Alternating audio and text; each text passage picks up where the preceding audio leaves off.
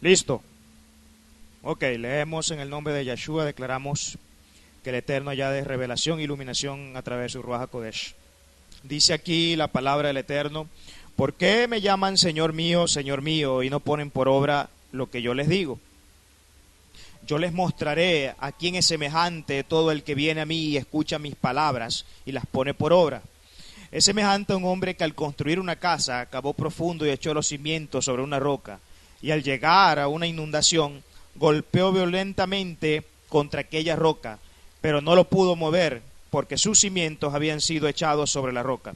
Pero el que las escucha y no las pone por obra es semejante a un hombre que construyó su casa sobre la tierra sin cimientos, y al golpear el torrente violentamente contra ella se derrumbó al instante, y la desgracia de esa casa fue grande. Diga, fue grande.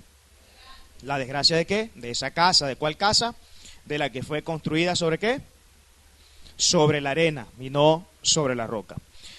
Este mensaje que yo les traigo esta mañana yo lo he titulado: ¿sobre qué fundamento estás edificando tu vida como creyente?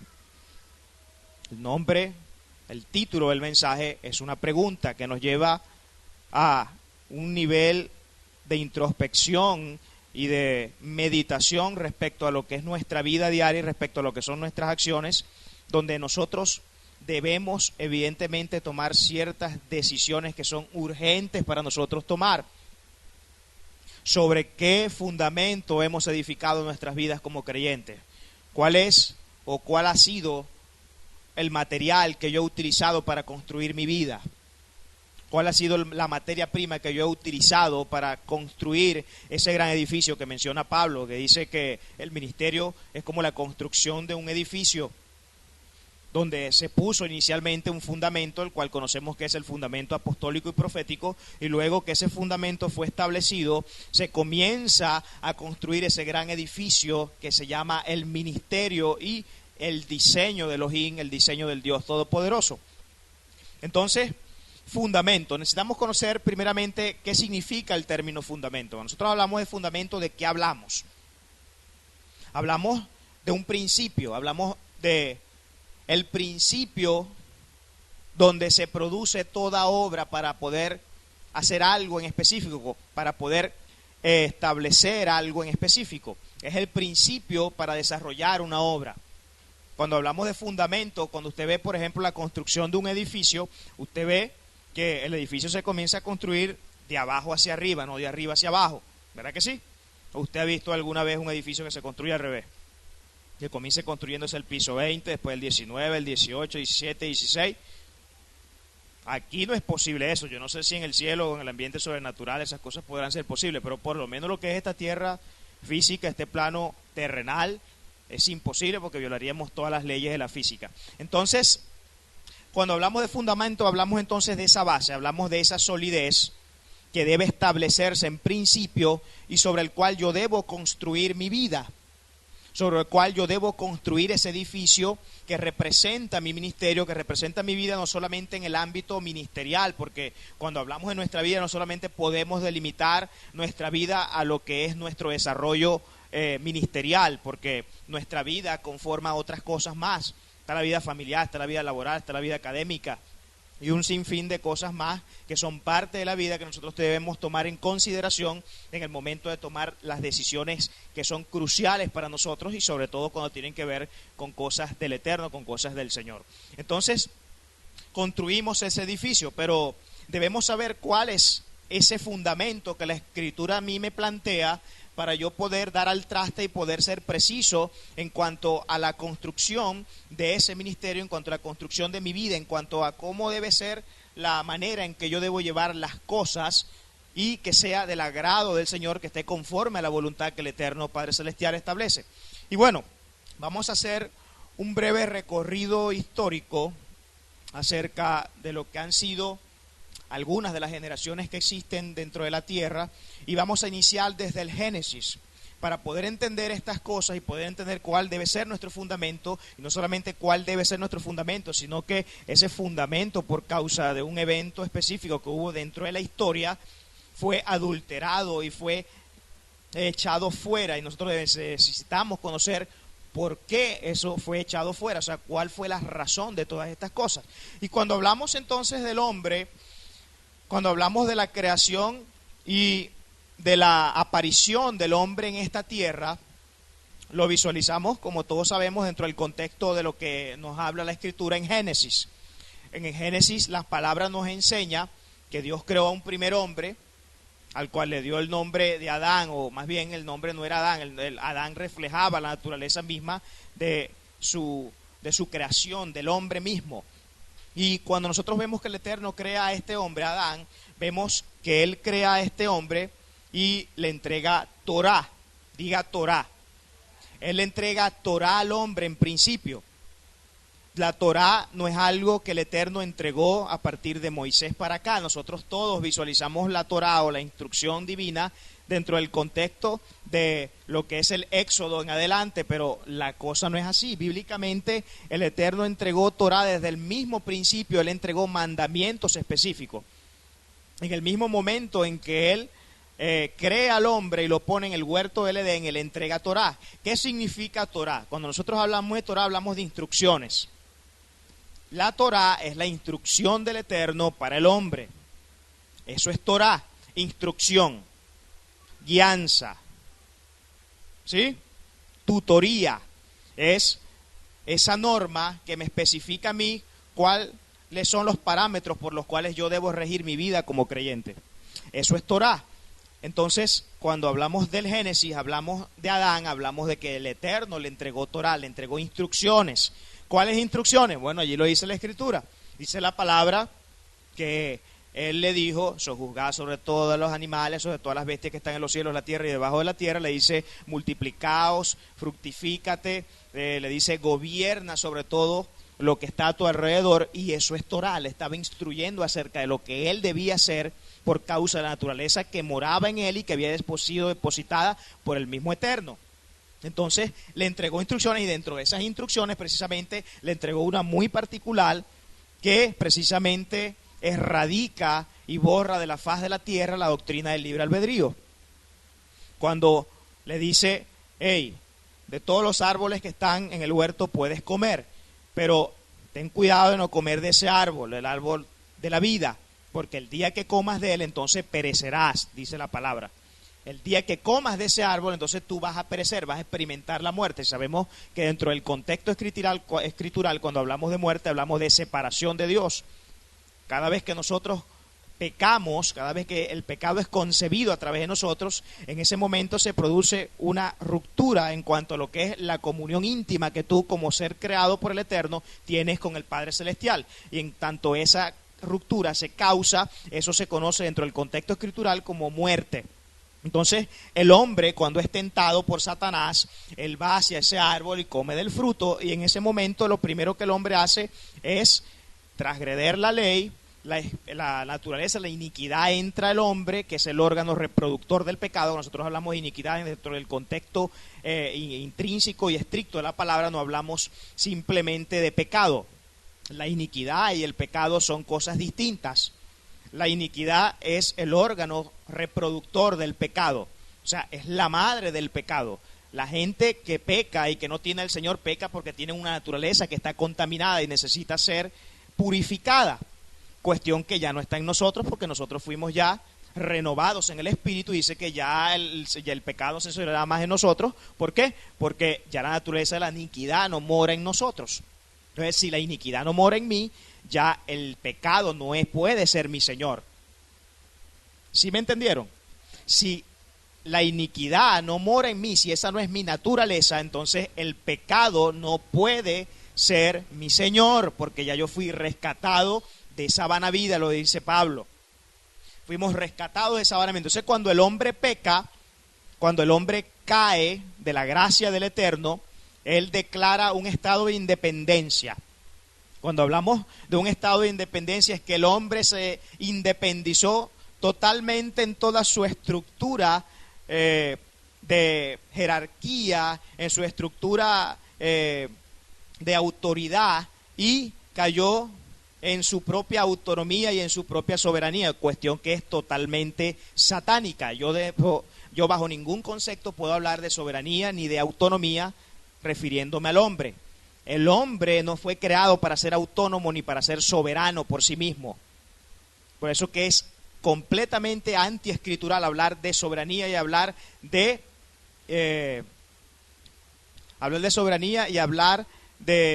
autonomía cuando estos términos no son injerencia única del Padre Celestial.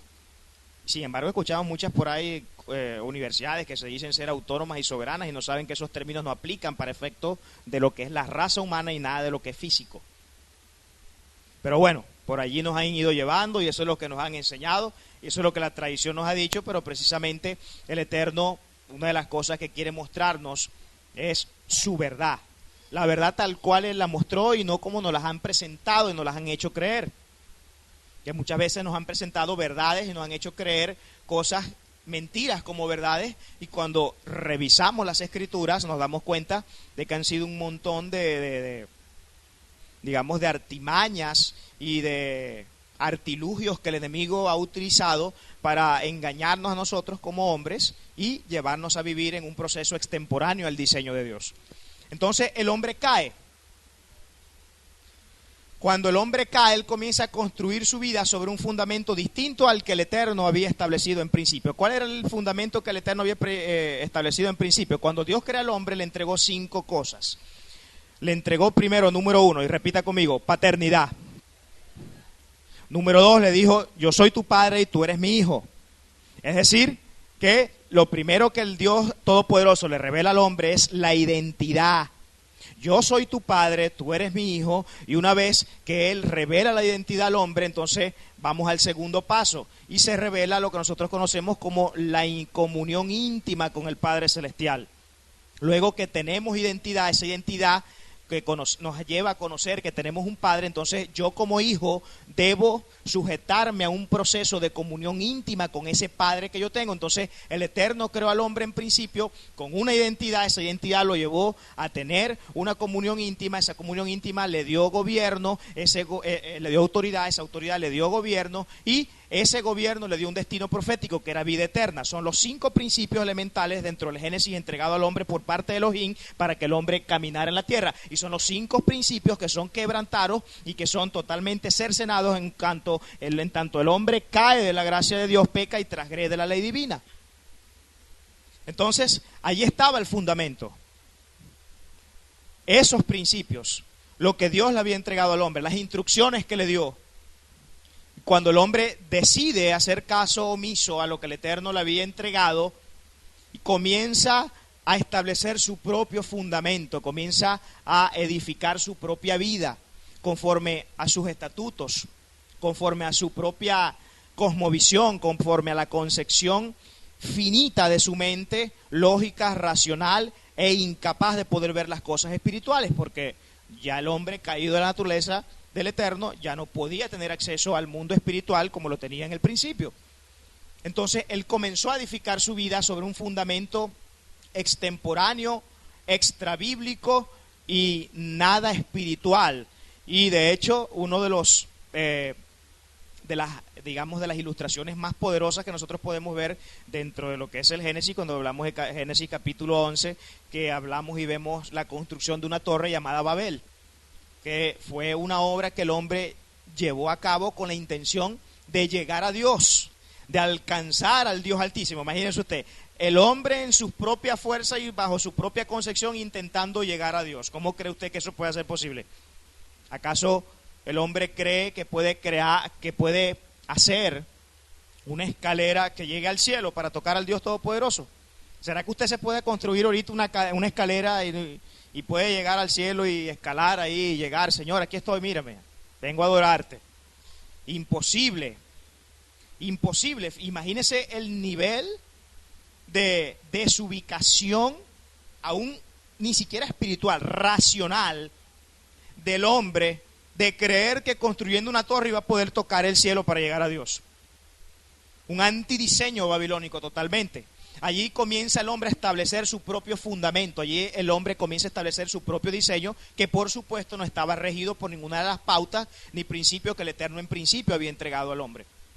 Entonces comenzamos a ver ciertas consecuencias que comienzan a suscitarse a través de que la historia va transcurriendo dentro de ese mover de independencia que el hombre declara en el principio y que comienza a manifestar ciertos desastres aún naturales dentro de la humanidad. Por lo menos vemos, cuando estudiamos el caso de Noé, vemos la destrucción de la tierra por un diluvio.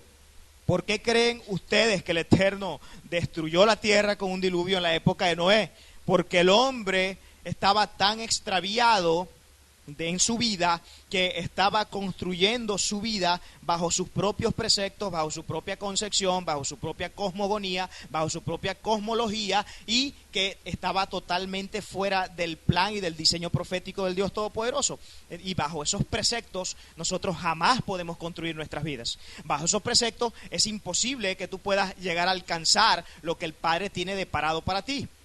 Entonces necesitamos saber cuál es el verdadero fundamento. Sigue la historia transcurriendo, vemos que el Eterno llama a Abraham, llama a Isaac, llama a Jacob y llama a todos los profetas y a toda la gente que él elige para hacer grandes cosas. Y vemos como estos hombres, antes de ser llamados por el Eterno, les comentaba yo en el primer servicio que, por ejemplo, Abraham, cuando él es llamado y es nombrado el padre de la fe, él no fue nombrado padre de la fe porque fue un hombre que tuvo mucha fe, precisamente todo lo contrario. Dijo el Señor, hombre perfecto y recto delante de mí. Cuando la Escritura habla así de los profetas y de la gente que él elegía dentro del Tanaj o el Antiguo Testamento, como lo conocemos más cotidianamente, cuando nosotros estudiamos a profundidad eso, nos vamos a dar cuenta de que el Eterno no hizo el llamado porque creía que ese hombre verdaderamente era bueno, era recto, como él decía, porque por cuanto todos pecados están destituidos de la gloria de Dios, es un principio que se estableció desde hace miles de años. Entonces, eso no aplica. No calza en ningún sentido cuando tú citas ese texto bíblico. Es imposible pensar en tal cosa como que el hombre es justo, como que el hombre es recto y como que el hombre tiene una actitud que agrada totalmente al Eterno. Entonces, Abraham se dice que era recto delante del Señor, era porque tenía dentro de su depósito una simiente, que era la simiente que 3.500 años de historia en el futuro iba a traer a la existencia a un personaje llamado Yahshua HaMashiach o Jesucristo. Y por causa de él ser uno de esos herederos de la simiente divina, el Eterno lo llamó, igual como cuando llamó a Noé. Pero Abraham era, antes de que fuera llamado, era un pagano que sacrificaba a los dioses paganos, a los ídolos, y de hecho su padre era fabricante de ídolos. Usted estudia la Escritura, estudias el Talmud, te das cuenta que el padre de Abraham era un pagano y fabricaba ídolos, y dentro de su cultura era muy común sacrificar hijos. Hello, era muy común dentro de su cultura pagana sacrificar hijos. Común, era el pan de cada día. Por eso es que cuando Yahvé le dice, entrégame a tu hijo Isaac, a Abraham no le costó entregárselo. ¿Por qué no le costó? Porque eso eran prácticas de vida que ellos tenían. Dentro de su cultura, dentro de su religión satánica y pagana, eso era algo natural hacer. Y no es por esa razón, porque Abraham le entrega a su hijo a Yahvé, es porque él es nombrado el padre de la fe. No, él es nombrado el padre de la fe porque tenía la simiente y el Eterno fue con quien, y fue con él con quien el Eterno pactó en principio. Al él pactar con él y darle la palabra profética, entonces allí se creó la simiente de la fe y el pueblo hebreo nace, porque allí es cuando comienza a nombrarse el pueblo hebreo. Los hebreos, cuando él atraviesa el Jordán, dice, al atravesar el umbral, el Jordán lo llamó hebreo, que es hebreo. Atravesó, o sea, pasó por un proceso de transición donde tuvo que dejar un pasado atrás para iniciar un nuevo estilo de vida. Y ahí es cuando el Eterno le cambia el nombre y crea la nación de Israel, o más bien la raza hebrea, porque ni siquiera Israel es creado después con Jacob, cuando hacen los 12 hijos, que son las 12 tribus. Entonces vemos cómo el hombre, a través de la historia, ha ido edificando sobre un fundamento que no es el fundamento que la Escritura a mí me enseña que yo debo edificar. Y por consecuencia de ello vemos como grandes tragedias y grandes eventos naturales se han suscitado dentro de esa historia y que nos dejan de manifiesto y muy claro a nosotros y a la evidencia pública que definitivamente había algo en el hombre y dentro de su estructura moral que no estaba dando al traste con lo que era la ley moral que el Eterno había revelado.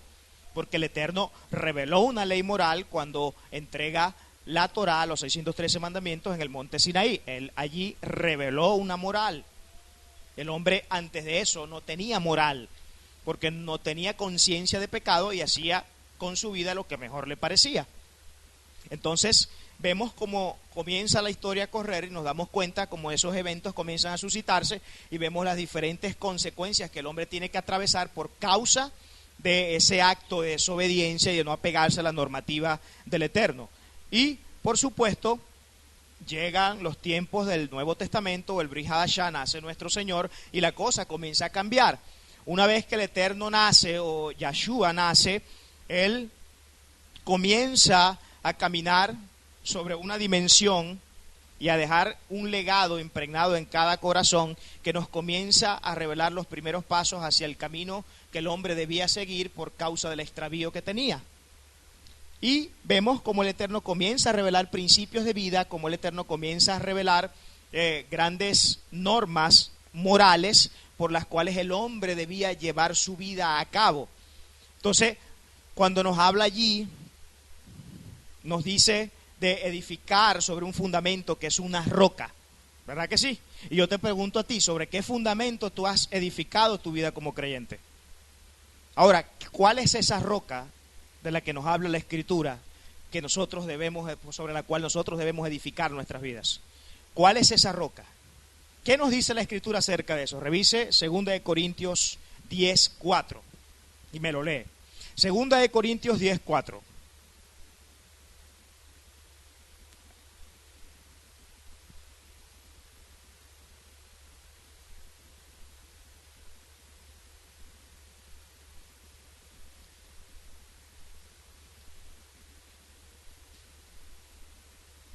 Perdón, 1 Corintios 10:4.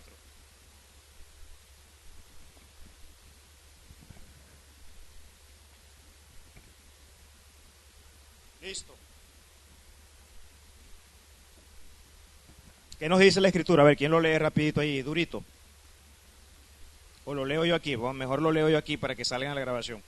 Ok, nos dice la Escritura, 1 Corintios 10:4, dice: y todos ellos bebieron la misma bebida espiritual, porque bebían de la roca espiritual que iba con ellos. Y esa roca era el Mesías. Diga, esa roca era el Mesías. ¿Quién era la roca? ¿Y sobre qué fundamento dice él en la alegoría de Mateos, de Lucas 6, 46, 48, que nosotros debemos edificar? ¿Sobre la qué? Y el fundamento es, entonces, Yahshua, ¿verdad que sí? Ok, quedamos allí. Nos revela la Escritura entonces que Él es nuestro fundamento y que Él es esa roca de la cual habla la palabra sobre la cual nosotros debemos edificar nuestra vida. Ahora la pregunta es, ¿quién es Mashiach? O sea, ¿bajo qué preceptos yo debo manejar mi vida para que yo pueda estar siendo fundamentado sobre esa roca? ¿Quién es Mashiach? ¿Qué nos revela Juan 1:1? Que dice que en el principio era Dios, el verbo, en el principio era el verbo y el verbo era con Dios y el verbo era Dios. Así dice la palabra, ¿verdad que sí? Y que dice en una de las ocasiones Mashiach, que es Él. Él dice que Él y la palabra son uno, ¿verdad que sí? Dice que Él es el verbo de Dios, hablando de Yahshua HaMashiach. ¿Y cuál es el verbo? ¿Cuál es el verbo? Él dice, la Torá y yo somos uno. ¿Cuál es el verbo? ¿Ah? Pero ¿cuál es el verbo? Dios es el verbo, pero ¿qué es el verbo?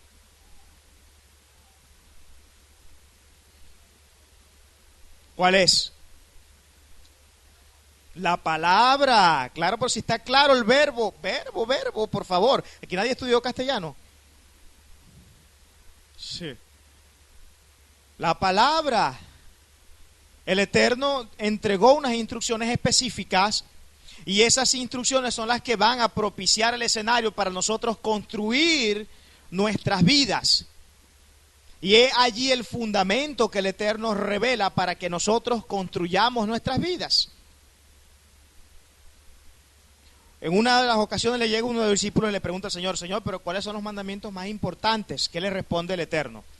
Le dice, el número 1, amarás a tu Dios por sobre todas las cosas, con todo tu corazón, toda tu alma, todo tu ser, todo tu cuerpo, ¿verdad que sí? Primer mandamiento. El segundo mandamiento, dice la Escritura, que es, amarás, ¿a quién?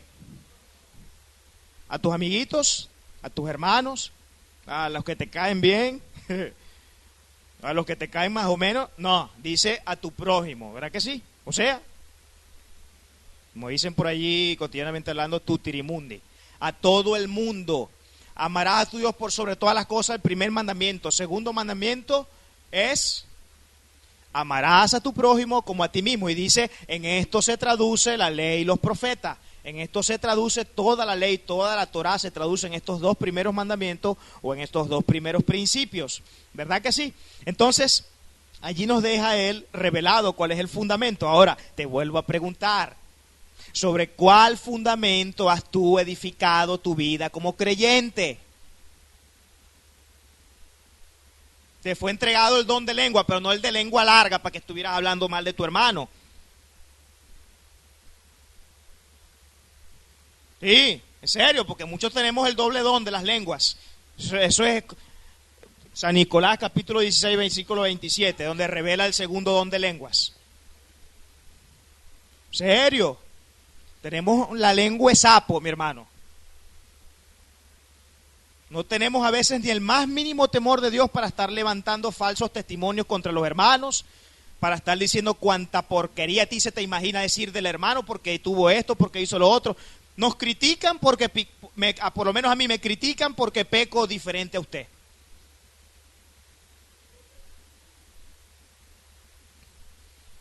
Me critican porque peco diferente a ti.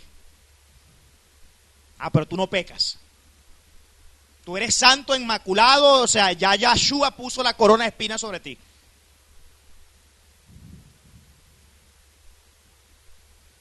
Entonces, ¿sobre qué fundamento nosotros hemos edificado nuestra vida como creyentes? ¿Sobre el fundamento de seguir murmurando? ¿Sobre el fundamento de llevar nuestra vida como mejor nos parece, no tomando en cuenta nunca lo que el Eterno dice sobre nosotros? ¿Sobre el fundamento de ser un transgresor de la Torá? ¿Sobre cuál fundamento hemos edificado nuestra vida? ¿Sobre el fundamento de tener una comunión íntima con el Eterno diariamente? Cosa que a veces ni se acuerdan que existe. Y sin embargo pretendemos y venimos con lágrimas de cocodrilo delante de la presencia del Señor exigiéndole cosas. Señor, pero si tu palabra dice esto. Señor, pero si tu palabra dice lo otro, ¿qué pasó? No cumples tu palabra. No, cabezón, tú eres el que no cumple la tuya. Tú eres el que no cumple tu parte y no eres responsable con lo que yo te he entregado. Haces con lo que yo te he dado para que administres lo que te da la gana. Y todavía si quieres venir a cuestionarme a mí del por qué no te va bien. El que siembra cosecha, eso es un principio dentro de la escritura, mi hermano, que no se pela. Eso es igual aquí en China, en Japón, donde usted lo ponga. El que siembra cosecha, si tú siembras para la carne, de la carne vas a cosechar, dice la palabra. Pero si siembras para el espíritu, del espíritu vas a cosechar. ¿O es que acaso un árbol malo da un árbol de mango da fruto de piña, por ejemplo? Dice la escritura que el árbol que no da buen fruto será cortado y echado a las aguas, será quemado. ¿Verdad que sí? Pero el que da buen fruto, entonces dará fruto al 30, al 60 y al 100 por uno, ¿verdad que sí? Y es allí donde estamos nosotros ubicados, o donde deberíamos estar ubicados. ¿Es esa la ubicación de tu vida, donde tú das al 30, al 60 y al 100 por uno?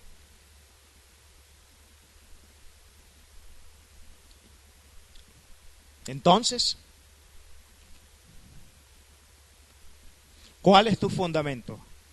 ¿Estás edificando sobre la roca? ¿Estás siguiendo todo lo que dice la palabra? ¿O te estás dejando susurrar el oído por Jezabel y por el anticristo?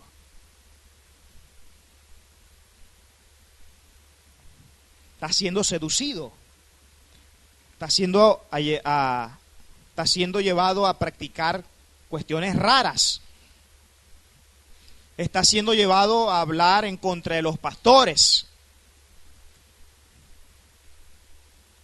Te pregunto, yo estoy seguro que más de uno aquí ha caído en eso. Segurísimo estoy.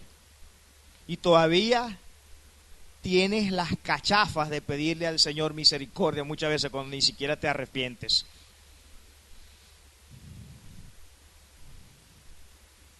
Cuando ni siquiera hay un más mínimo margen de moral en ti con respecto a lo que Dios demanda de tu vida.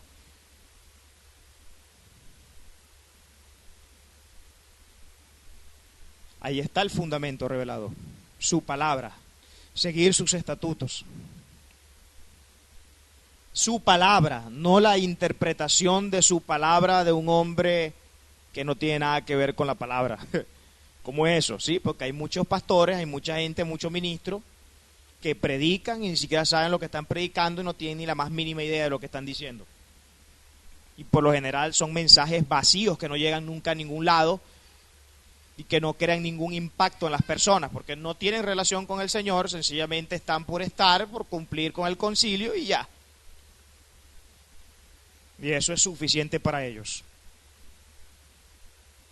Pero es esa la vida a la que el Eterno nos ha llamado a nosotros, a la de llevar nuestra vida a nuestra manera, como nosotros queremos, a como nosotros nos da la gana, y me disculpa el término.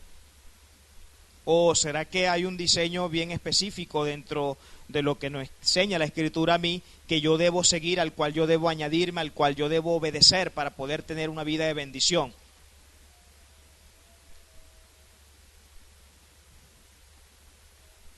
¿Lo hay o no lo hay? El Eterno reveló su palabra. Ahí están sus mandamientos, ahí están sus estatutos. Ahí está la dirección que tú necesitas darle a tu vida. Sin embargo, por desobedientes y rebeldes, muchas veces lo que menos tomamos en cuenta es la palabra. Y uno de los espíritus que fuertemente se está moviendo en estos tiempos, y quiero decírselo, quiero repetirlo porque usted necesita estar apercibido de lo que está aconteciendo espiritualmente ahorita. Uno de los espíritus que más fuertemente está golpeando en estos tiempos finales es el espíritu del anticristo. ¿Cuál es el espíritu del anticristo? Aquel que distorsiona los tiempos, aquel que te lleva a un nivel de confusión de donde no sabes ni cómo te llamas, ni quién eres, ni para dónde vas, ni de dónde vienes.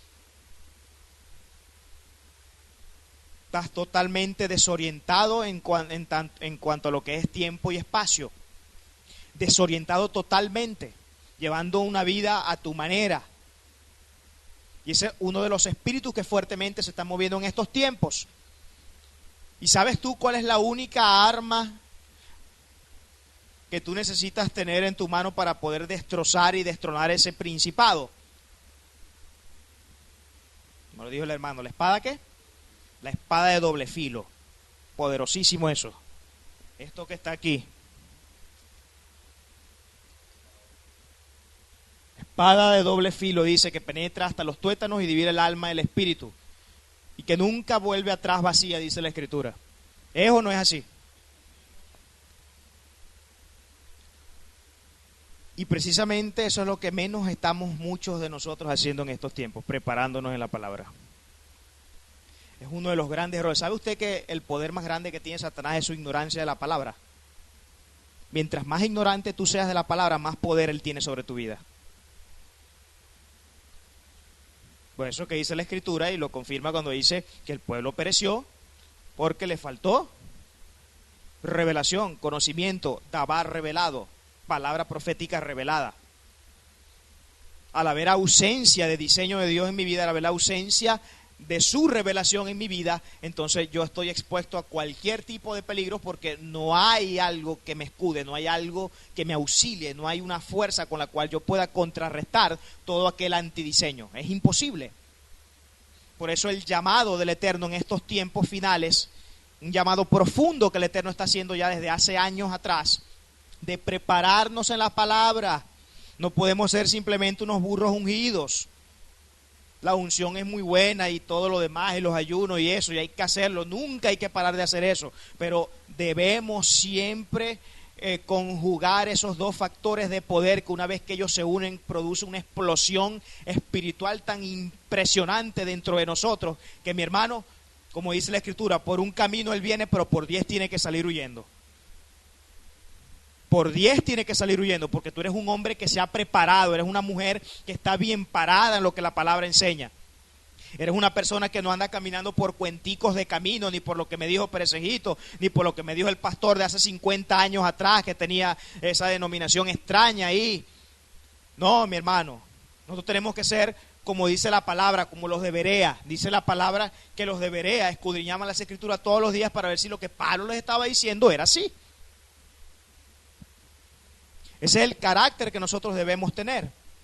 Nosotros no podemos comérnoslas siempre y de cualquier persona, mi hermano. Nosotros debemos ser sumamente críticos en todo. Crítico, ojo, se los digo rapidito para que no vayan a salir después a estar criticando, porque a veces como que eso es lo que más nos gusta. Críticos en el sentido de escudriñar todo hasta lo más mínimo y poder corroborar por la misma Escritura si lo que se nos está diciendo verdaderamente es así. Es más, yo le estoy hablando ahorita aquí a usted y le estoy diciendo acerca de un fundamento que nosotros debemos tener y todo lo demás, pero también le digo, no me crea nada de lo que yo le estoy diciendo, escudriñe, métase en la palabra a ver si lo que yo le estoy diciendo es así. A mí no me crea nada, porque yo puedo ser tremendo mentiroso, pero la palabra nunca se equivoca, la palabra nunca erra en nada. Entonces, en ese proceso que nosotros llevamos en nuestra vida, donde hay un llamado específico sobre nosotros, nosotros debemos aprender y es imperativamente necesario que nosotros comencemos a cimentar nuestra vida sobre esas rocas, sobre esos principios, sobre esos mandamientos. No te quedes con lo que tu sistema tradicional y religioso te enseñó. Ahorita estamos en tiempos donde hay una renovación tan poderosa y una reestructuración de las doctrinas y de tantas cosas que nos han enseñado por años, que muchas veces uno estudiando eso se nos paran los pelos. A veces no sabemos si somos hijos de Dios o somos Berceo, el hijo de Zeus. A veces no sabemos quiénes somos. Tenemos más mitología griega introducida en nuestras congregaciones y ceremoniales y prácticas de la mitología griega que ni cuenta nos damos muchas veces de eso.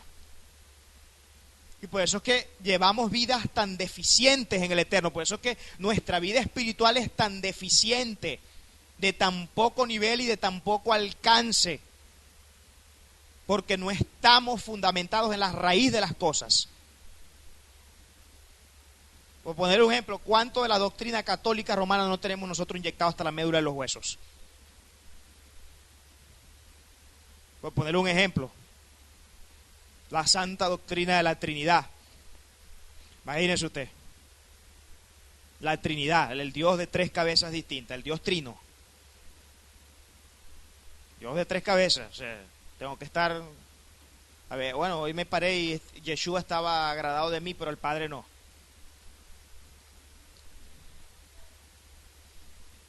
Otro día me paro y el Espíritu Santo me dice, hijo, vas bien, pero Yeshua me dice, vas mal. Ey, eso es lo que nos han inyectado, eso es lo que nos han hecho creer. Conceptos filosóficos cuando tú dentro de ningún sentido y en ningún margen tú puedes filosofar la Escritura. La Escritura no es para entenderla con el simple raciocinio humano. Nosotros tenemos una mente muy finita dentro de lo que es nuestra habilidad de poder percibir las cosas que tenemos alrededor, que no nos permite nunca poder ver con asertividad el mundo espiritual, a menos que la Ruach HaKodesh esté en nosotros y nos dé testimonio de las cosas espirituales. Es la única forma que podemos hacerlo. Pero en tanto eso no exista en nosotros, es imposible. ¿Verdad que sí? Vamos a hablar entonces acerca de un beneficio que nos da el cimentar nuestra vida sobre la roca. Vámonos rapidito a 1 de Pedro 2 del 6 al 7. 1 de Pedro 2 del 6 al 7.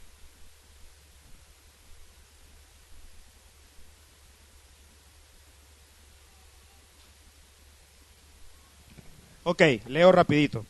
Dice la Escritura, 1 de Pedro 2 del 6 al 7, porque la Escritura se declara, en la Escritura se declara, he aquí pongo en Sión la piedra principal del ángulo, aprobada y preciosa. El que cree en Él no será confundido. El que cree en Él no será ¿qué? En su traducción dice, no será avergonzado, ¿verdad que sí? Eso dice en la traducción de Reina Valera, yo tengo la versión Peshita. El que cree en Él, en la roca angular, la piedra angular, no será confundido. Es decir, si nosotros interpretamos ese texto bíblico, lo que quiere decir es, el que fundamenta sobre su vida, sobre esta roca, sobre los principios que yo les dije, sobre los mandamientos que le di, sobre las demandas que le he hecho, no será confundido. ¿Por qué la Escritura dice no será confundido? Qué tremenda traducción y qué precisión tan espectacular. ¿Qué le dije yo que precisamente estaba operando más fuertemente para estos tiempos? ¿El espíritu de qué? De la confusión, el espíritu del anticristo. ¿Y qué dice allí? Si nosotros cimentamos nuestra vida sobre la roca, que no seremos ¿qué? Confundidos. O sea, que seremos librados de las garras de ese espíritu satánico que lo único que pretende es desviarnos en el camino a la voluntad del Padre Celestial. Entonces, si nosotros llevamos nuestra vida conforme a lo que la ley me establece y conforme a todo lo que Él me ha demandado, entonces no seremos confundidos. El poder satánico de las tinieblas, específicamente el poder del anticristo, no podrá tener derecho legal en mi vida. Pero eso sí y solo sí estoy edificando mi vida sobre el fundamento correcto. Si yo sigo edificando mi vida sobre el brollo, sobre estar levantando falsos testimonios de los hermanos, sobre estarle metiendo siempre el ojito al hermanito cada vez que se cae para llegar y decírselo a todo el mundo en la congregación, que déjame decirte que el Eterno te va a arrancar la cabeza si sigues en eso. Si tú sigues llevando tu vida de esa manera, entonces yo dudo mucho que tu alcance pueda ir más allá de lo que el Eterno dice. Y les contaba el testimonio esta mañana a los muchachos de un lamentable caso que sucedió hace unos 7, 8 años atrás, de un muchacho cristiano que le servía al Señor, y un día sale de su casa en su moto y lo llegan a atracar para quitárselo. Él se resistió y lo mataron, y era cristiano. Cristiano de verdad, hijo del Eterno. Se congregaba conmigo, él pertenecía a un comando para aquel tiempo llamado Comando Rock, donde yo estaba con él y trabajamos juntos. Un hombre como de 40 años, y le servía al Señor. Pero ¿qué pasó allí? ¿Por qué la muerte le llegó, lo tocó y se lo llevó? Pero si no es un hijo del Eterno, esos son los casos donde nosotros a veces nos torcemos y no logramos entender qué es lo que ha pasado allí. Pero claro, no entendemos por la ausencia de la revelación del diseño divino del Dios Todopoderoso sobre nuestras vidas. Resulta que cuando tú mantienes tu vida en línea con lo que la palabra establece, es decir, construyes y edificas tu vida sobre esa roca, tú estás caminando sobre un diseño que fue específicamente diseñado para tu vida. Y cuando nosotros caminamos por el diseño que Dios especificó para nuestras vidas, nosotros tenemos su cobertura. Cuando tú comienzas a construir sobre un fundamento ajeno y sobre tus propios conceptos y sobre tu propia manera de pensar, tú estás fuera del diseño de Dios, te extravías, dice la palabra, eso que dice, cuidado de no desviarte ni a la derecha ni a la izquierda, sino mantén la rectitud de tu camino.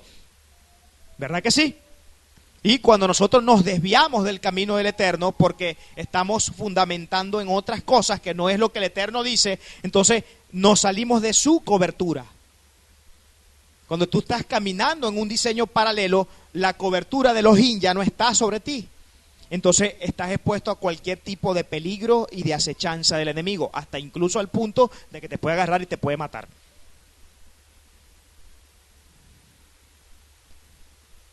Horrenda expectación de juicio puede venir sobre la vida del creyente, y la Escritura lo enseña. Horrenda expectación de juicio. Entonces, pueblo, yo le llamo a la conciencia. Necesitamos conocer a ciencia cierta y profundamente cuál es nuestro rol en esta tierra. Y eso no es difícil, porque nuestro rol está allí en la Escritura. Ah, pero ¿qué debo hacer? Ahí está en la Escritura. Señor, revélame. A veces nos matamos horas y horas pidiéndole revelación al Señor por algo para que nos hable y nos dé respuesta sobre algo. Y no sabemos que las cosas están todas allí en la Escritura. Dios nunca te va a hablar algo distinto a lo que dice allí en su palabra. Nunca. Si tú estás esperando escuchar algo distinto de Dios a lo que dice en su Torá, estás bien equivocado, porque nunca vas a conseguir una palabra distinta a lo que su palabra establece.